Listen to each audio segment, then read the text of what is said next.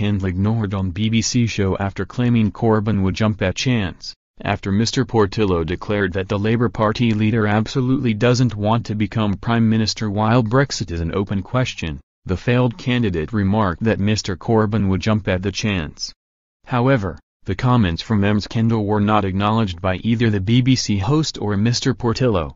Instead, Mr Neil suggested that Corbynistas are desperately hoping for an election in the first half of 2018 to avoid a vote slipping from their hands.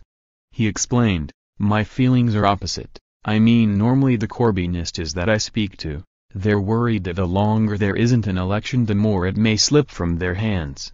They think at the moment if there was an election call for whatever reason that they would end up the largest party if there was an election in the first half of this year." Mr Neil used the examples of notable figures like Angela Merkel and Hillary Clinton to demonstrate that Mr Corbyn could swiftly fall from the approval of his party and supporters.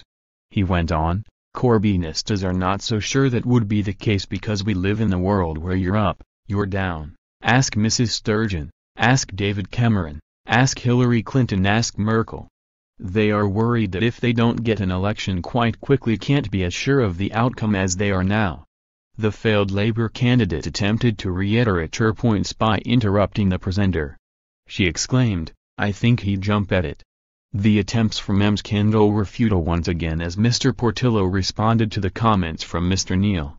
He replied, "Oh no, I think for Labour to inherit this mess would be a nightmare.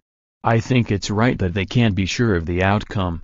I would stick to saying that I think trying to deal with this situation for the Labour Party would be highly destructive. With a pretty Eurosceptical leadership and a pretty enthusiastic Labour Party parliamentary membership, I think they would do well to let the Tories go on trying to make sense of this."